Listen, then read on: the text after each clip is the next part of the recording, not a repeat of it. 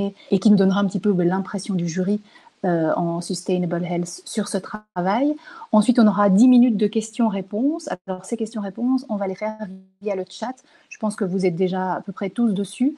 Je me permets d'attirer votre attention sur le fait que quand vous allez dans le chat, il y a une petite main à droite de l'endroit où vous pouvez taper votre message. Et si vous cliquez sur cette petite main, il y a entre autres une petite roulette qui dit « I need help ».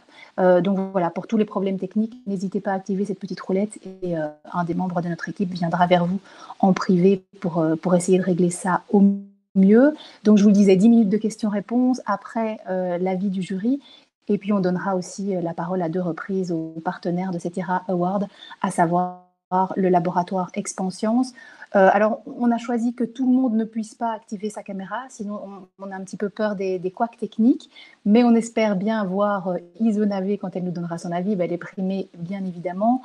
La représentante du laboratoire Expanscience, c'est Hilde Wex qui est avec nous ce matin. On aura aussi, si les promoteurs ont envie de s'exprimer, de poser une question, on leur permettra aussi d'activer leur caméra. Voilà. Donc, s'il y a des soucis, n'hésitez pas à poser vos questions via le chat.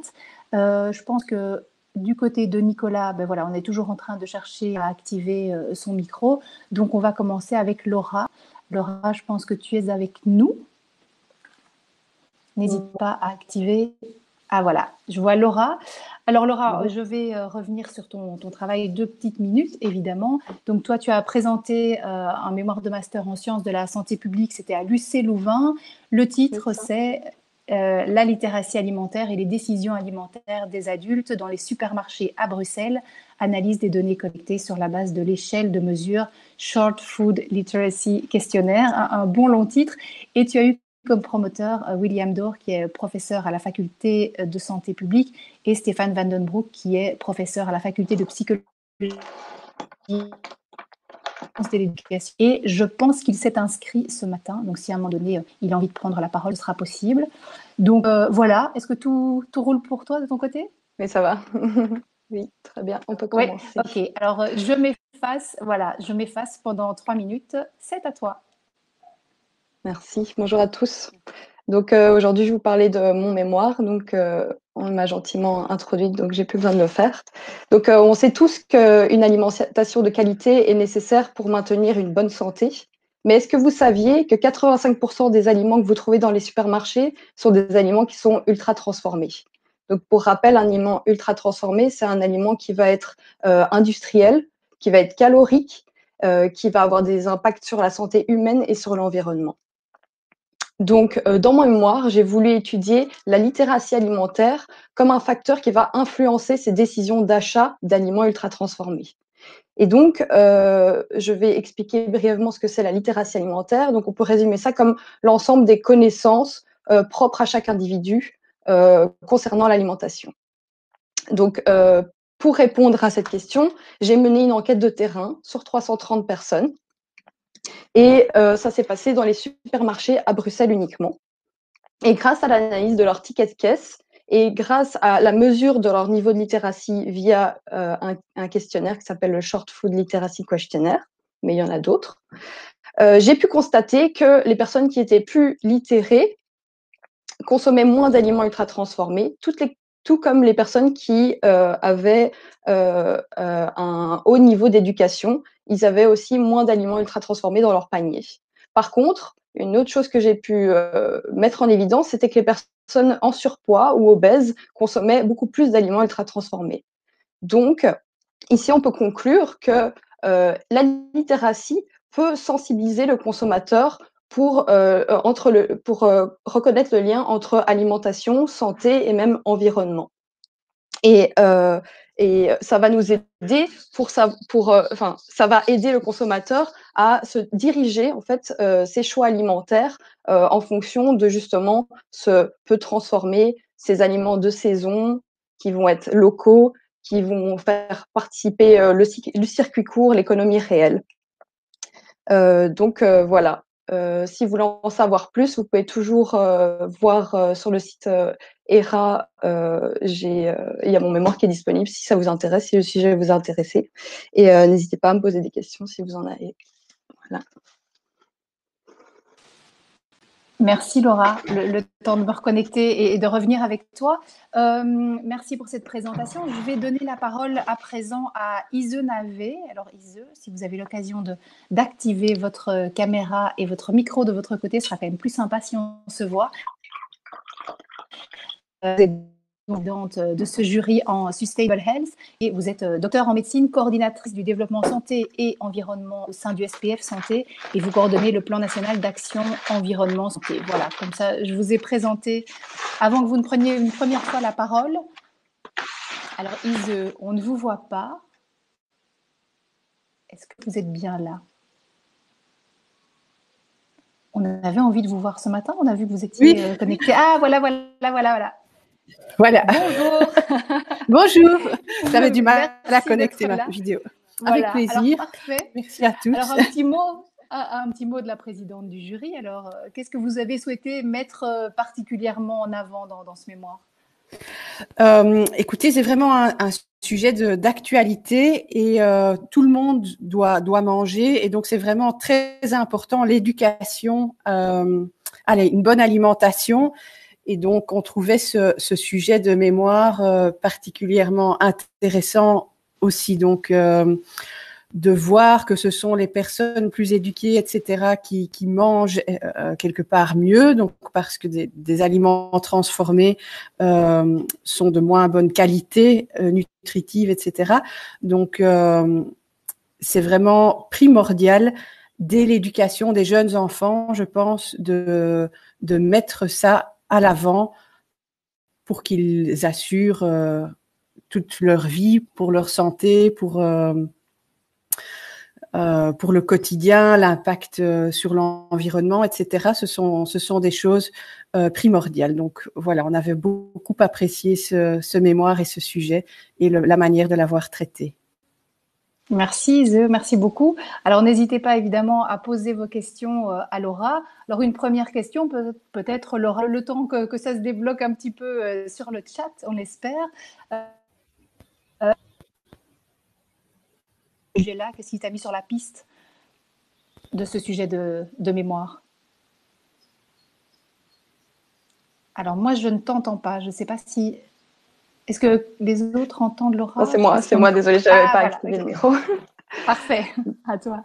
En fait, ce qui m'a intéressée dans ce mémoire, c'est que en santé publique, je me sentais pas forcément très incluse en tant que diététicienne. On parle pas beaucoup d'alimentation finalement dans mes cours.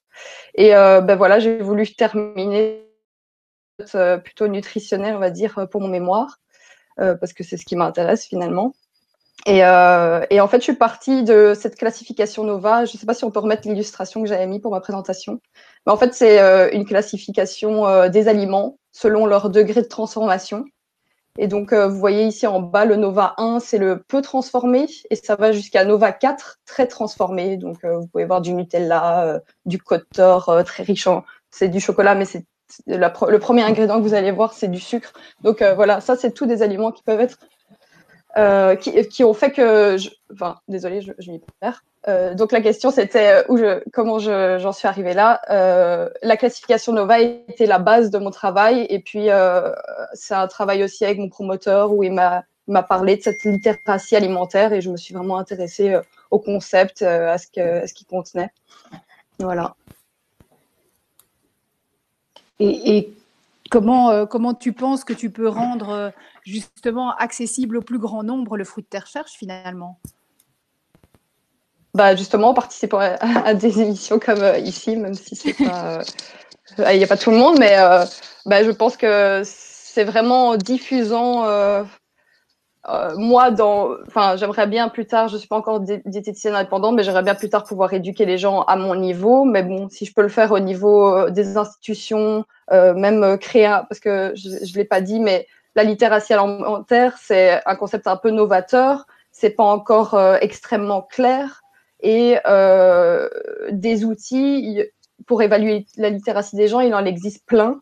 Donc, pourquoi pas aussi développer des outils de littératie alimentaire pour mesurer, un meilleur outil, on va dire,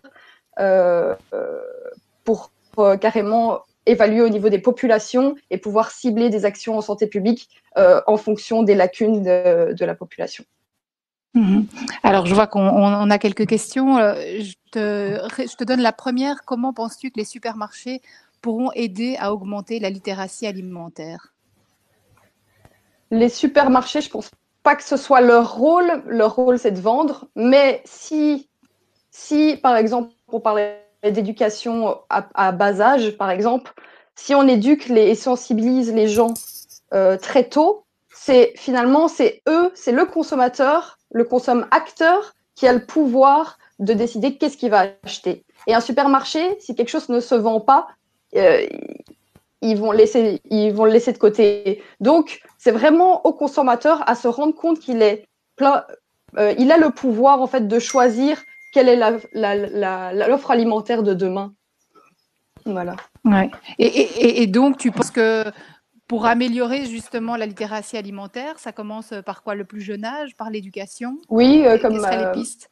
Oui, bien sûr. Je pense que l'éducation, avoir un cours de nutrition à l'école. Moi, quand j'ai commencé diététique, je me suis dit, mais comment ça se fait que j'ai pas appris ça plus tôt? Comment ça se fait que on mange 3 fois par jour minimum? Comment ça se fait que c'est pas comment ça se fait qu'on apprend que ça quand on décide d'être diététicienne? Moi, je pense que tout le monde devrait avoir accès à ces connaissances et tout le monde devrait savoir lire une étiquette alimentaire, tout simplement. Je pense que c'est des choses qui sont en marche d'arriver, mais voilà. Voilà. Ouais.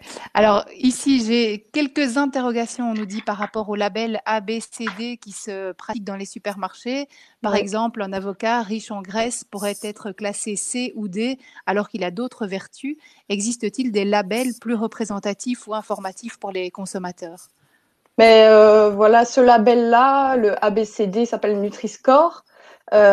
C'est une des actions de santé publique pour aider le consommateur dans son choix. Mais la science a évolué, la science nutritionnelle a évolué et on sait maintenant que le degré de transformation est aussi un aspect à prendre en compte. Il n'y a pas que la composition nutritionnelle du produit qui compte. Il y a aussi sa qualité, sa complexité. Quand vous mangez une pomme avec sa peau, quand vous la mangez sans peau, sur le corps, ça n'a pas du tout le même impact. Donc, si vous mangez des sucres très, très raffinés, votre organisme va s'épuiser à essayer de rééquilibrer votre glycémie. Et c'est comme ça qu'en fait, on peut arriver à des maladies non transmissibles. Donc, pour revenir au label, ce label, il est intéressant. Il ne faut pas le jeter. Il est vraiment intéressant pour avoir un visu direct sur c'est bon, c'est pas bon, mais il n'y a pas que ça à prendre en compte. Le Nova, par exemple, qui est peut-être pas le meilleur des classements parce qu'on pourrait le rendre plus rigoureux, mais c'est une bonne manière de se rendre compte un peu de ce degré de transformation à prendre il faut prendre en compte le degré de transformation et pas seulement la qualité, la composition nutritionnelle du produit. Oui, bah alors justement, si je peux rajouter un truc, c'est la question de Marianne ici. Est-ce qu'on pourrait pas amener pour rajouter un truc, c'est la question de... Oui. Il y a des plateformes citoyennes en fait comme Open Food Facts, je ne sais pas si vous connaissez, qui quand vous cherchez un produit que vous allez acheter, par exemple vous êtes au supermarché, vous vous demandez si c'est bien, vous pouvez aller chercher et il va vous donner et le Nutri-Score qui est pas forcément visible sur les aliments parce qu'en fait il n'est pas obligatoire, c'est juste pour informer le consommateur si les distributeurs le veulent. Donc là, vous avez et le Nutri-Score et le Nova, et des fois, vous avez même des espèces d'estimations écologiques, on va dire, genre pour l'empreinte carbone, pour savoir un peu. Et donc, c'est en mettant tous ces différents indicateurs en perspective qu'on peut vraiment prendre un choix éclairé sur et se rendre compte si cet aliment est bon ou moins bon pour sa santé. Voilà. Intéressant de cette plateforme. J'ai pas entendu le début, ça a coupé. Le nom de cette plateforme, si tu peux le répéter. Open Food Facts. Ah oui, Open Food Facts. Alors, c'est vrai qu'il y a une autre. Oui. C'est une plateforme citoyenne. Donc, c'est les gens qui eux-mêmes alimentent cette plateforme. C'est ça qui est génial avec ce concept, je trouve. Ouais. Et alors, il y a une autre appli qui marche pas mal, c'est Yuka. Alors, est-ce qu'elle peut aider à améliorer la littératie alimentaire? Oui, je pense. Je sais pas exactement ce que Yuka propose. Il me semble que c'est juste le Nutri-Score. Il y a peut-être d'autres évaluations. Je pense que c'est des points rouges. Enfin, je me rappelle plus exactement de Yuka. Mais voilà. Mais tout ce qui peut sensibiliser, finalement, est utile aussi. Mais Et il peut faut pas non améliorer plus l'effet. avoir. Je pense qu'avoir trop d'informations tue l'information aussi. Donc, il faut quand même rester. Enfin voilà, rester juste sensé, même avec juste les quelques lignes conductrices que je vous ai données. Je pense que vous n'avez même pas besoin des applications. Vous pouvez vous dire, est-ce que ça c'est très transformé, c'est industriel, ou bien est-ce que c'est juste des fruits et ils ont juste poussé dans un arbre. Voilà. Oui, c'est vrai. Finalement, c'est le bon sens. Alors, je pense qu'on va s'arrêter là pour les questions-réponses, mais je vais donner à présent la parole à Hilde Wex pour le laboratoire Expanscience. Hilde Wex, qui est la directrice générale des laboratoires Expanscience Belgique. Alors, Hilde, voilà, Hilde est avec nous. Est-ce qu'Hilde peut se connecter?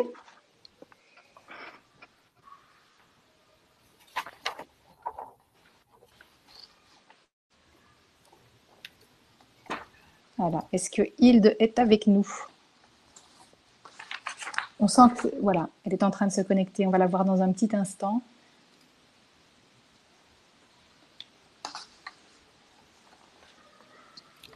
Est-ce que vous m'entendez déjà? Ah, voilà. Déjà, on vous entend. Alors, il faut Voilà. que j'ouvre On la sent que vous êtes en caméra. train d'arriver. Oui, voilà.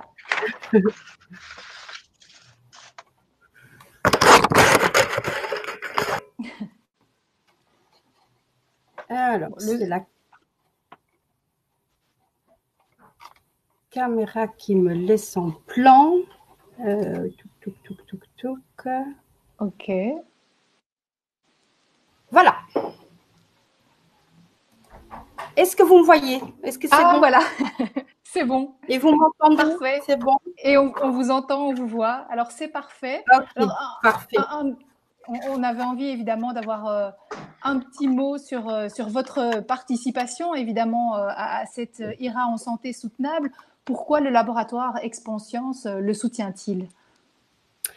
Oui, quelque part, donc les laboratoires Expanscience se sont engagés depuis 2004 dans une démarche de responsabilité sociétale d'entreprise avec l'adhésion au pacte mondial des Nations Unies. Cet engagement est vraiment au cœur du déploiement de notre stratégie et nous sommes d'ailleurs très fiers d'être certifiés Bicorp depuis mai 2018. C'est un label international pionnier et exigeant accordé aux entreprises qui développent leurs activités en ayant un impact positif sur la société et l'environnement. Être partenaire de cette fondation des générations futures consolide justement cette philosophie. Nous nous sommes naturellement tournés vers le prix d'excellence de la santé durable. Et si vous me permettez, j'aimerais bien reprendre les mots de notre président Jean-Paul Berthomé. Pour nous, la santé, c'est une notion qui va bien au-delà de la simple prise en charge de ces altérations. C'est une source essentielle de qualité de vie et d'équilibre pour chacun. C'est pourquoi, chez Expanscience, nous la concevons sur le long terme comme un capital à préserver. Merci. Caroline. Alors, on sait que vous allez pouvoir rester avec nous, hein. On vous retrouvera un petit plus tard. Oui. Laura, je pense que tu peux rester avec nous, bien évidemment. Merci beaucoup. Merci à vous. Et voilà, et félicitations pour ce travail qui nous ouvre de belles perspectives, en tout cas sur la littératie alimentaire. Merci. Merci Hilde. À tout à l'heure. Au revoir. Alors, je pense que Nicolas est à présent connecté. Alors, Nicolas, si tu m'entends, n'hésite pas. Nicolas Pierre. N'hésite pas à nous rejoindre. Et nous allons enchaîner dans un petit instant avec toi.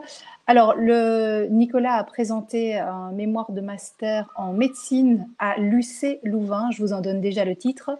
Responsabilité sociale des facultés de médecine, recherche, action au sujet des politiques de responsabilité sociale en milieu facultaire à travers une étude qualitative dans les facultés concernées. Nicolas a eu comme moteur Dominique Pessiot, qui est médecin généraliste et professeur émérite du Louvain, qui était, je pense, avec nous, qui est avec nous ce matin, et Charles Boulen, et j'espère que je ne prononce pas trop mal votre nom, qui est président du réseau international francophone pour la responsabilité sociale en santé, et je pense que vous êtes avec nous également. Alors Nicolas, si tu m'entends, n'hésite pas à te manifester, ne fût-ce que via le chat, qu'on sache si tu es là ou pas.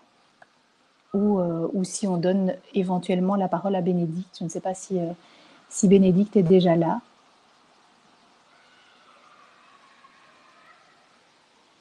Alors, Nicolas, est-ce que tu es parmi nous? Je vois que les appareils sont connectés.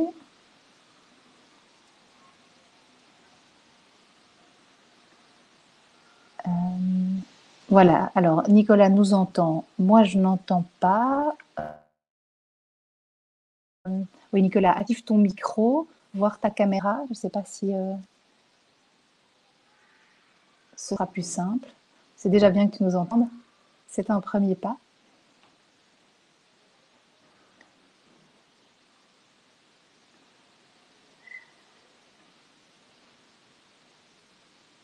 Alors,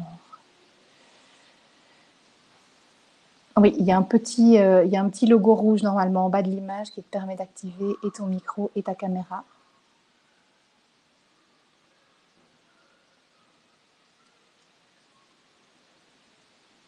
Bon, désolé, hein, on se doutait bien qu'avec ce genre d'exercice à distance, on rencontrerait bien l'un ou l'autre mini accro. Ah voilà, je pense que tout est en train de s'activer.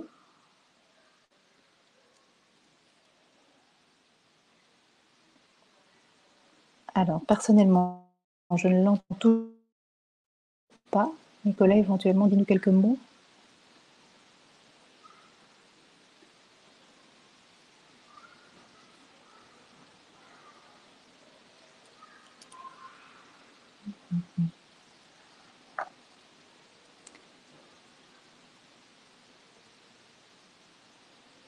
Est-ce qu'on passerait éventuellement le travail de Nicolas le temps que la connexion puisse se faire convenablement? Sinon, je pense que Bénédicte est là. Bénédicte, est-ce que tu es parmi nous et est-ce que ton micro et ta caméra sont activés? Eh ben voilà, Bénédicte est là. Donc Nicolas, désolé, on va peut-être commencer comme ça, sinon j'ai peur qu'on perde beaucoup de temps à attendre. Donc Bénédicte, on a l'air d'avoir on la voit assez peu dans le champ de la caméra. Ah voilà. Ok. Bonjour Bénédicte. Alors tu es la lauréate de ce TIRA Award en santé soutenable. Alors pour l'instant, je ne t'entends pas. Peut-être donne-nous quelques mots. Ah voilà. Tu nous entends? Moi, je ne t'entends pas. Est-ce que ton micro est activé dans le bas de ton image? Oui. Ok. Est-ce que je suis la seule à ne pas entendre Bénédicte ou est-ce que c'est... Ah voilà. Enlever les écouteurs. En enlevant les écouteurs. Ou moi, je dois peut-être enlever les écouteurs. Vas-y, Bénédicte, si tu nous donnes quelques mots.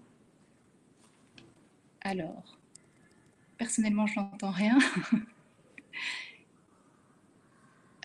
On ne t'entend pas non plus. Donc là, tu as enlevé tes écouteurs. C'est bien désactivé dans le bas de ton image. Oui. Ok. Alors, comment peut-on faire? D'autres écouteurs, c'est peut-être une piste. J'imagine que c'est ça que tu es en train de prendre, Bénédicte. Bon, je vais rebrancher les miens. Voilà. Essaye un petit peu de nous donner... Et peut-être en augmentant le volume, s'il n'y a pas un problème de volume de ton côté, non? C'est déjà super d'avoir l'image. Si tu ne peux pas nous parler, c'est vrai que ce sera moins pratique. Ok, alors on réessaie. Ah, voilà, j'ai l'impression qu'on avait le son. Ça y est. Bénédicte, donne-nous quelques mots. Est-ce Voilà, que là vous j'ai m'entendez l'impression. maintenant? Ah voilà, on t'entend. Alors je ne sais pas ce qui a Yes. changé. Génial. Ok, J'ai bon, dû mais juste... bon, un petit détail, mais en tout cas, c'est réglé. Donc j'espère qu'on va retrouver Nicolas évidemment juste après. Merci. En attendant, Bénédicte, on en vient à toi. Tu as présenté un mémoire de master en sciences de la santé publique à l'UC Louvain Oui. et également de l'environnement, intégration d'exigences environnementales dans les marchés publics des hôpitaux. Et ton promoteur, c'est Philippe Dehaspe, qui est directeur administratif et financier aux cliniques universitaires Saint-Luc. Alors, je sais qu'il était inscrit ce matin. Tout à Je n'ai fait. pas encore vérifié s'il était effectivement parmi nous ou pas. Eh bien, écoute, Bénédicte, je te laisse environ 3 minutes pour nous parler de ton travail.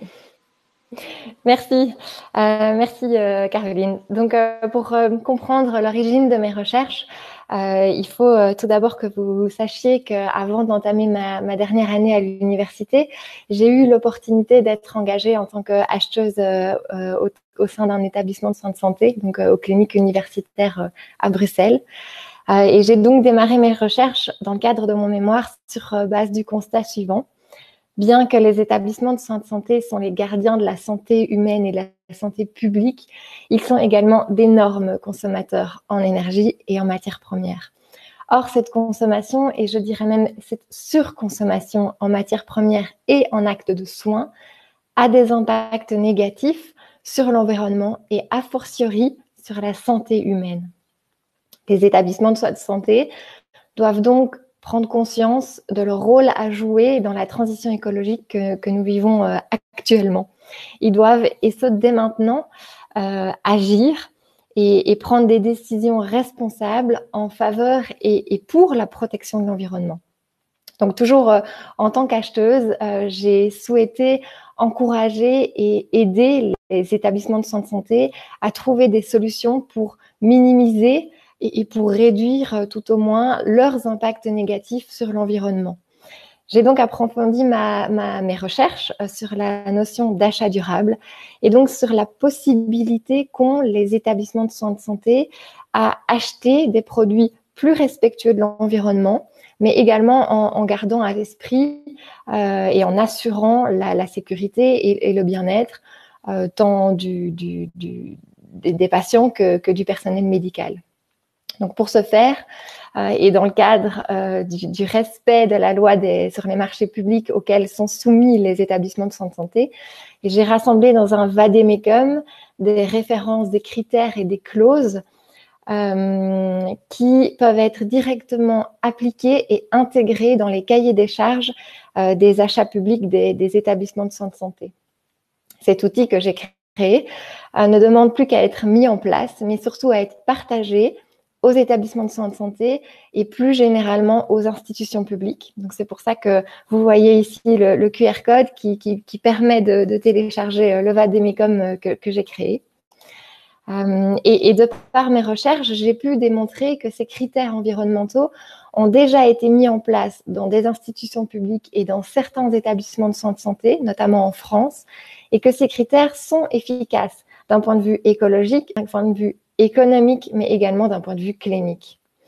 Je reste donc persuadée que plus il y aura de demandes pour des produits médicaux écologiques, plus l'offre écologique sera grande. En effet, la demande des établissements de soins de santé incitera les fournisseurs potentiels à s'inscrire dans une démarche durable et à participer à la transition écologique des établissements de soins de santé et donc à l'amélioration de la santé de vie et de la qualité de vie de la vie humaine. Voilà. Edith, il y a toujours ce petit moment, voilà, pour pouvoir se reconnecter. Alors, je pense que Ise Navé est toujours avec nous, présidente de ce jury en Sustainable Health, et je vais lui donner la parole. N'hésitez pas à vous reconnecter, puisqu'évidemment, on a envie d'avoir un avis du jury sur le travail de Bénédicte, qui est donc lauréate dans cette catégorie.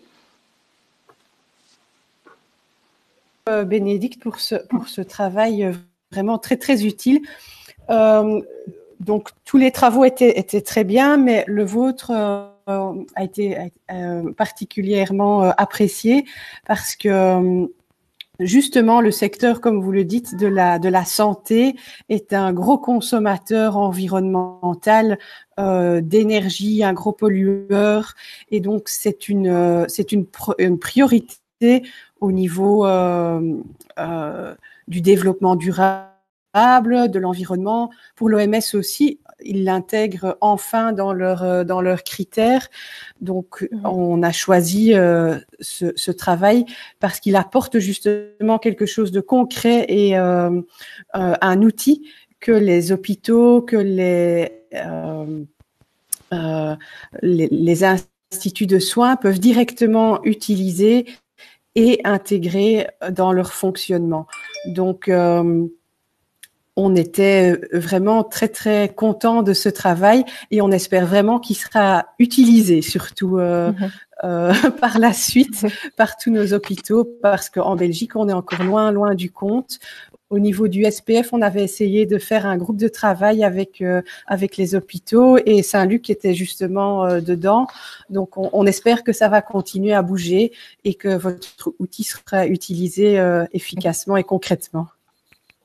Merci. Merci beaucoup, Ise. Alors, on va passer à présent à notre moment questions-réponses. Il y a déjà une question, Bénédicte. Ce vadémécum est-il utilisable aussi en maison de repos et de soins? Bien sûr. J'ai intégré dans le vadémécum des liens et des outils qui permettent l'achat de matériel écologique, quel que soit le type de ce matériel. Donc, on parle de matériel électronique, des ordinateurs, des tables aussi, des bics, des feuilles de papier. Donc, je ne parle pas uniquement aux hôpitaux et aux établissements de soins, même si j'ai intégré bien sûr des références uniquement pour les établissements de soins. Mais voilà, je pense que pour toute institution publique, ce vadémécum est utile et peut être intégré dans les cahiers des charges. Et alors, on nous demande aussi, est-ce que dans un cabinet de soins, une maison médicale ou un cabinet privé, est-ce que ça peut être applicable aussi, ou c'est vraiment plus pour des grosses structures? Non, bien sûr. Alors, le vadémécum suit la logique de la rédaction d'un cahier des charges, donc pour une institution publique qui est soumise à la loi des marchés publics, mais il peut être également utile pour tout un chacun qui veut acheter plus écologique. J'ai découvert, moi, des sites internet qui proposent des astuces et des alternatives aux produits qu'on achète aujourd'hui, mais des alternatives écologiques. Donc, je m'en sers, moi, de ces références, je m'en sers au quotidien. Ok, alors est-ce qu'il y a encore d'autres questions, Bénédicte? Toi, tu dirais, qu'est-ce que tu as le plus appris à travers ce travail? Alors, j'ai pu mettre mon travail, je vais pas dire directement en pratique, mais j'ai pu le mettre en confrontation avec la réalité des choses dans un service achat d'un établissement de soins de santé. J'ai vu que c'était pas facile, que ça demande énormément de temps et de connaissances d'acheter des produits plus respectueux de l'environnement. Voilà, ce que j'ai appris, c'est qu'il faut prendre le temps maintenant pour gagner et faire bénéficier les générations futures. Alors, justement, Nicolas, qui va s'exprimer juste après toi, nous demande dans quelle mesure est-ce que ces outils pourraient devenir contraignants pour les hôpitaux? Justement, donc je comprends pas bien la question. Est-ce qu'on parle de l'outil que j'ai créé ou plutôt le fait d'acheter du matériel médical écologique? Ton outil servant à acheter du matériel médical écologique, donc j'imagine que c'est un petit peu, enfin peut-être que Nicolas peut préciser que les hôpitaux soient donc contraints de suivre ces recommandations. Alors pour le moment, ils sont pas du tout contraints. C'est vraiment une décision responsable que l'hôpital doit intégrer, je pense en tout cas personnellement que les hôpitaux doivent intégrer. Donc ce n'est pas une contrainte. La contrainte vient du fait qu'il est temps maintenant, donc c'est pas une contrainte légale, c'est une contrainte sociétale, qui fait que maintenant il est temps d'agir et il est temps d'acheter plus écologiquement. Donc voilà, mais on peut le faire en respectant le patient avant tout, parce que c'est ça la mission des hôpitaux, de soigner et de prendre soin des patients. Donc, il est possible d'acheter des matériaux comme ça. Donc, je ne pense pas que ce soit une contrainte. D'accord. Alors, est-ce qu'il y a, encore une question ici, un surcoût à court terme? Est-ce qu'il est possible d'obtenir des aides? Non, donc je parle dans mon mémoire, on rentre dans des analyses très techniques et dans des termes très techniques, mais je parle de l'analyse du coût de cycle de vie et j'ai pu démontrer que même si on achète, si le coût d'acquisition pour un matériel écologique est peut-être plus élevé que pour l'achat d'un matériel standard, je dirais, les coûts d'utilisation, de fonctionnement et de mise au rebut par la suite sont moindres pour ce type d'achat écologique. Donc, au terme, l'achat écologique en fait est souvent moins cher qu'un achat classique.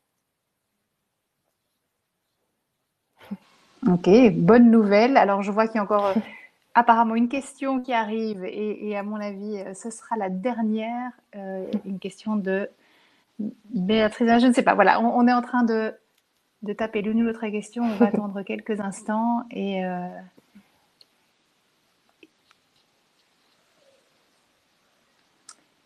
puis après, j'espère que Nicolas parviendra à se connecter et à être parmi nous aujourd'hui.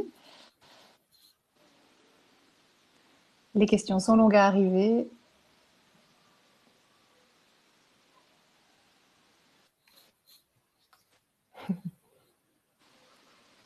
Oui, non. Écoute, on va encore attendre quelques secondes et s'il n'y a pas de questions qui arrivent. Ah voilà, alors, notre dernière question. Comment peut-on disposer du vade-mecum autrement qu'avec le QR code? Donc mon mémoire est disponible sur le site ERA et le vade-mecum se trouve dans les dernières pages de mon mémoire. Donc voilà, il est téléchargeable en PDF sans aucun problème sur le site de ERA. Bon, ben super, ce sera le mot de la fin. Merci Bénédicte et je rappelle ce site, c'est www.fjf.be/ERA. Ben, merci beaucoup, bonne continuation et bravo aussi. Merci beaucoup. Au revoir. Au revoir. Alors Nicolas, j'espère que cette fois, la connexion va pouvoir s'établir facilement. En tout cas, Nicolas nous entend, c'est certain, puisqu'il a participé au chat. Attendre une petite minute et si ça ne fonctionne pas, peut-être qu'on diffusera la vidéo qui parle de ton travail pour que on en ait quand même un aperçu. Et au niveau du son, Nicolas, si tu essayes de parler, est-ce que peut-être voir si on entend? Apparemment non, de mon côté je n'entends rien. Nicolas, le micro est activé, on n'entend pas. Sinon, il peut laisser Monsieur Pestio présenter son travail. Alors, je ne sais pas ce que vous avez convenu entre vous. Est-ce que ça vous convient, Dominique, de présenter le travail de Nicolas?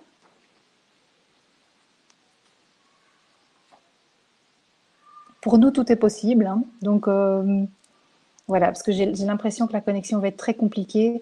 Donc, Dominique Pestio, qui est l'un des promoteurs du mémoire de Nicolas. Donc, Dominique, si vous m'entendez, n'hésitez pas à vous connecter, activer votre micro. Alors, le micro de Dominique Pestio est activé. Donc, n'hésitez pas à l'activer de votre côté. Dans le bas de l'image, il y a une petite caméra, un petit micro. Donc, si vous les activez, on vous entendra. Et je vois en revanche que le micro de Nicolas a l'air d'être complètement actif. Donc Nicolas, essaye un peu de nous dire un mot. Non. Alors, bonjour. Qui est avec nous? Ah voilà. Bonjour, Monsieur Pestiot. Vous aviez convenu avec Nicolas de pouvoir éventuellement... Ah ouais, on ne vous entend pas. Parlez-nous un petit peu. Je ne vous entends pas. Est-ce que... Voilà, vous avez activé de votre côté le petit micro dans le bas de l'écran? En tout cas, la caméra est bien activée. Est-ce que le volume est suffisant? On entend du bruit, mais je ne sais pas d'où il vient. Alors... Vous m'entendez? Ça va venir. Ah voilà, là on vous entend, c'est parfait, on vous entend, on vous a perdu au niveau visuel. Voilà, dites-nous quelques mots. Ah, je ne vous entends de nouveau plus personnellement. Est-ce qu'on vous entend? On vous entendait, alors je ne sais pas ce qui a changé. On va peut-être réactiver tout ça, Vous m'entendez? en espérant que ça fonctionne cette fois-ci. Ah voilà, là on vous entend. Bonjour. Oui.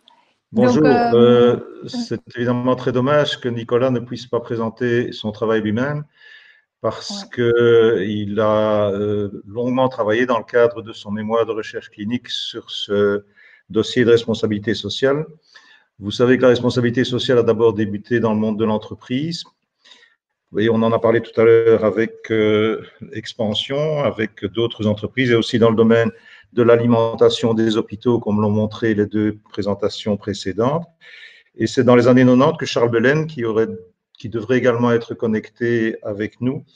Charles Belen est un médecin belge qui a fait toute sa carrière à l'OMS et qui a été à la base de la définition de la responsabilité sociale des facultés de médecine, qui en fait considère que la faculté de médecine doit orienter la formation, les recherches et le service à la communauté vers les besoins prioritaires des populations.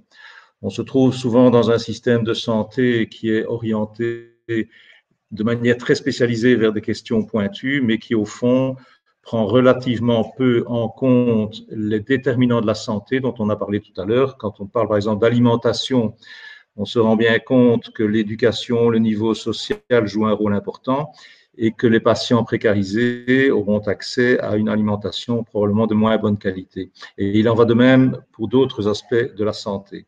Le travail de Nicolas, pour faire bref, a constitué à faire l'analyse d'une recherche qualitative auprès de 60 facultés francophones dans le monde. Vous devez savoir qu'il y a environ 120 à 130 facultés dans le monde francophone. Et le projet était piloté sous la houlette notamment de Charles Belen, qui est le président du réseau international francophone de responsabilité sociale en santé, d'évaluer la perception des facultés de médecine par rapport à la responsabilité sociale. La conclusion, c'est qu'en fait, les facultés ont bien, comment vous dire, les facultés ont difficile à adopter ces concepts qui paraissent un petit peu abstrait, mais en réalité, quand on regarde l'enquête telle qu'elle a été faite, on voit bien que dans les actions conduites ou dans les actions à conduire par les facultés, il y a énormément de suggestions qui ont été faites, qui tournent effectivement autour de la formation des étudiants, des assistants, comme par exemple des stages dans des milieux précarisés, comme des enseignements sur les déterminants de santé, comme une vision, disons, plus large des problèmes de santé pour arriver à des questions éthiques ou des questions qui peuvent concerner, par exemple, la fin de vie et qui sont une responsabilité par rapport à l'enseignement des médecins. C'est vrai que l'enseignement a été, comme on dit, très flexnérien, c'est-à-dire qu'il était très orienté vers les sciences dures, vers une formation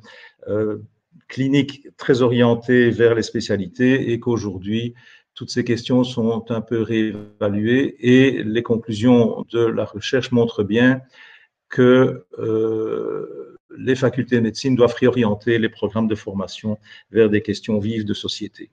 Je m'arrête là parce que c'est évidemment très dommage que Nicolas ne puisse pas lui-même vous donner le compte-rendu de son travail qu'il m'avait partagé hier et qui était, je trouve, tout à fait remarquable. Et donc, je regrette vraiment qu'il n'ait pas pu régler son problème informatique. Bah, oui, on le regrette aussi, d'autant qu'on avait vu Nicolas la semaine dernière pour une petite répétition et que tout fonctionnait évidemment au mieux. Voilà, alors on va voir comment ça va fonctionner du coup pour le question-réponse. Peut-être, Nicolas, tu peux nous dire, avant que je donne la parole à Isenavé, comment est-ce que tu veux qu'on fonctionne? Est-ce que M. Pestio répond pour toi? Enfin, voilà, voir un petit peu comment on peut s'organiser à ce niveau-là, ou via le chat, mais ça risque d'être un petit peu compliqué et long aussi, et plus difficile à relayer. Donc voilà, voir un petit peu ce qu'on peut trouver pour être inventif à ce niveau-là. Voilà, Nicolas nous dit que M. Pestio peut répondre, en tout cas si c'est possible pour lui, et qu'il pourra compléter par écrit si nécessaire. Alors je vous laisse la parole, Ise. Je sais que vous devez partir bientôt, donc c'est chouette que vous soyez encore là. Alors un petit mot en tant que présidente du jury. Qu'avez-vous particulièrement apprécié dans le travail de mémoire de Nicolas Vert? Oui, mais tout d'abord, on a vraiment apprécié le fait que un étudiant en médecine s'investisse dans cette thématique.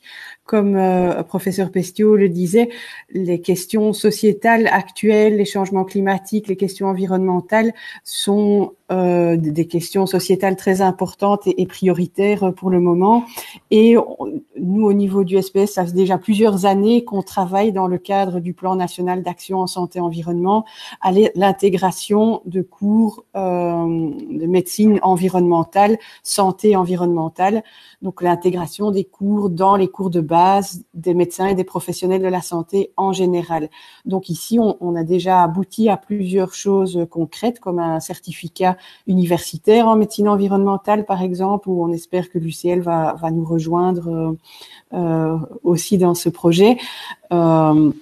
Mais des cours de base sont évidemment nécessaires aussi parce que d'une part, les patients ont de plus en plus de questions, les médecins aussi, les futurs médecins en auront de plus en plus.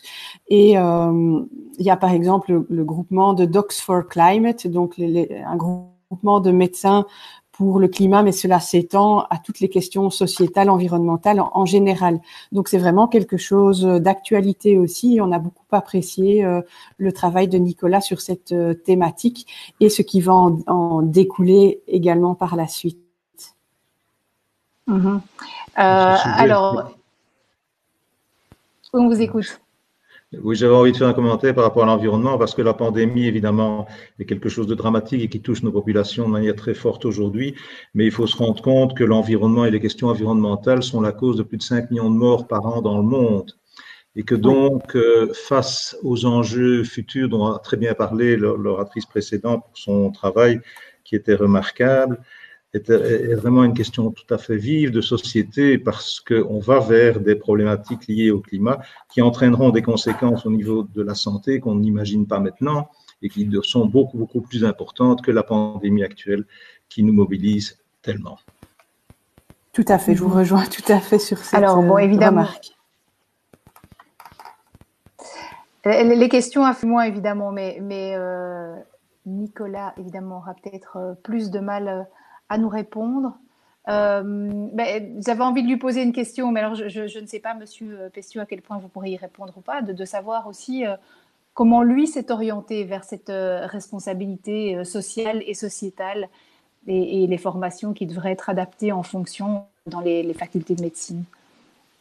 Je vais essayer de vous faire une réponse courte parce que je ne vais pas trop répondre à sa place, mais les étudiants en médecine doivent faire un travail qu'on appelle un mémoire de recherche clinique qui dure pendant les 3 années du master et ils ont la possibilité de choisir différentes thématiques et la responsabilité sociale était une thématique possible pour un étudiant et il se fait que Nicolas a choisi cette thématique parce qu'il se sentait concerné par son choix personnel, par le choix de sa future spécialité, par son intérêt pour cette question. Et effectivement, il a relevé ce défi en rejoignant le groupe, donc le groupe des facultés de médecine qui était sous la houlette de Charles Belaine, et il a pris en charge alors l'analyse de cette recherche qualitative qui avait concerné donc les 60 facultés, pour laquelle on a quand même eu plus de 1000 réponses qui sont arrivées, dont il a fallu faire une analyse assez complexe, avec l'aide de différents chercheurs, notamment Michel Roland de l'ULB, qui est un collègue généraliste, avec l'aide de Joël Ladner de Rouen, avec Charles Belaine, bien sûr. Et donc, il a pu pendant ces 3 années, être appuyé dans son analyse au niveau de sa recherche. Ok, alors je vais lire la réponse que Nicolas vient de nous envoyer via le chat. Je suis partie un peu du constat d'un manque dans le cursus de souci de former les étudiants à être des médecins dans un environnement particulier. La formation est l'accent sur les besoins de la société, qui sont de former des médecins qui peuvent prendre en charge les pathologies environnementales ou liées au travail, ou encore géographiquement exercer en milieu rural ou au contraire en milieu urbain, densément peuplé, paupérisé. Donc aussi aux facultés de former les médecins à pouvoir être actifs sur différents terrains et dans des conditions très différentes.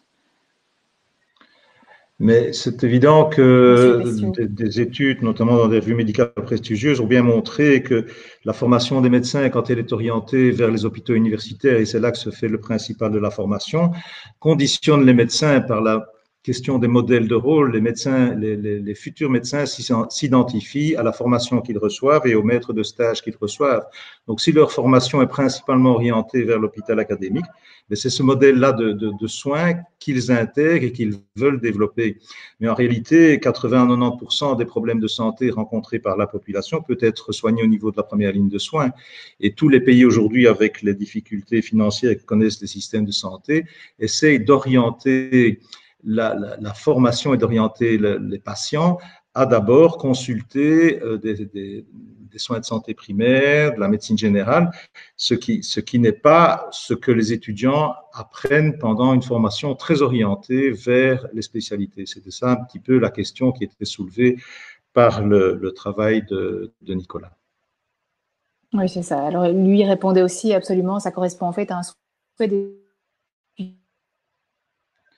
Je crois que, par exemple, l'organisation de stages dans des milieux précarisés ou dans des pays moins favorisés sont des lieux de réflexion qui peuvent apporter énormément aux étudiants en leur apprenant que la santé, on doit en avoir une vision globale, une vision intégrée et tenir compte du fait qu'il peut y avoir des influences majeures des déterminants de santé que sont l'éducation, que sont le contexte social, que peuvent être la violence intrafamiliale. En fait, tous ces éléments jouent des rôles importants dans le futur des patients et on sait que ces déterminants jouent un rôle très, très important dans le devenir des patients et dans les pathologies qu'ils vont présenter plus tard.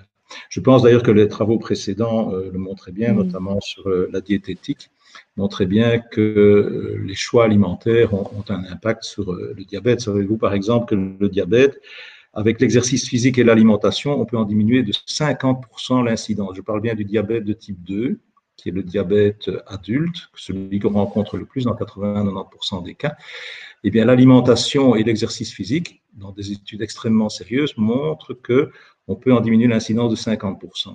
C'est très impressionnant parce que ça veut dire que si on agit en amont des problèmes de santé avec tout ce que vous avez discuté aujourd'hui, je pense qu'on peut être vraiment efficace au niveau de la santé des populations et être efficient aussi au niveau des coûts. Exactement. Bon, merci Dominique Pestiot d'avoir repris le relais ce matin. Nicolas, merci d'avoir été vraiment désolé que Nicolas n'ait pas pu intervenir. Ben oui, nous aussi. On aurait bien aimé. Je remercie aussi Ise Navet qui, je pense, nous a quittés à présent. Elle est peut-être toujours là. Ise, on arrive à la fin de ce premier webinaire autour du ERA Santé et je vais redonner la parole à Hilde Wex du laboratoire Expansions. Ah, Ise, vous êtes là. Mais oui, je voulais vous remercier. Je sais que vous êtes resté un petit peu plus longtemps que prévu. Donc, merci beaucoup. Oui, ça s'est bien goupillé. Merci à vous tous. Voilà. Formidable. Merci beaucoup. Merci à vous, Dominique Pestiot. Je vais donner la parole donc à Hilde Wex du laboratoire Expansions pour un petit mot de la fin. Qu'auriez-vous envie de souhaiter à nos 3 primés pour l'avenir? Merci Caroline de me redonner encore une fois la parole. Donc, tout d'abord, je veux saluer et féliciter les 3 nominés et notre lauréate.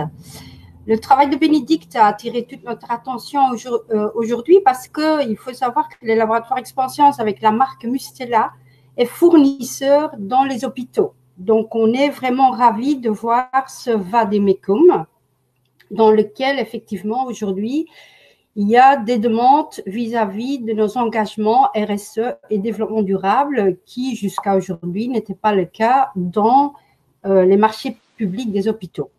Et depuis des années, on avait envie de mettre ça en avant par rapport à nos produits Mustela. Alors, ce que je souhaite à ces jeunes et très actifs primés, c'est qu'ils continuent d'inspirer l'ensemble de la communauté académique, pour qu'ensuite nous puissions avoir des répercussions dans nos vies quotidiennes à tous, qui soient acteurs dans cette démarche à 360 degrés. Les échanges sont primordiaux, pas uniquement au sein de l'académie. Et on le voit aujourd'hui avec cette situation sanitaire du Covid. Nous avons plus que jamais besoin de repenser notre société et notre mode de vie d'une façon durable. Et c'est ensemble que nous trouverons des solutions. Merci. Merci à vous, Hilde, de cette IRA en santé soutenable. Ben nous voilà arrivés à la fin de ce premier webinaire. Merci à vous tous de l'avoir suivi. Merci, bravo, merci pour votre investissement. Je pense à celui des primés, celui des promoteurs, des membres du jury, partenaires et toute la formidable équipe de la Fondation pour les générations futures. Ça a été un plaisir d'être avec vous ce matin et on se donne rendez-vous pour le prochain webinaire. Ce sera pour le IRA Finance et c'est jeudi prochain, le 28 à 10h. Merci d'avoir été là et je vous souhaite une excellente journée à tous. À bientôt.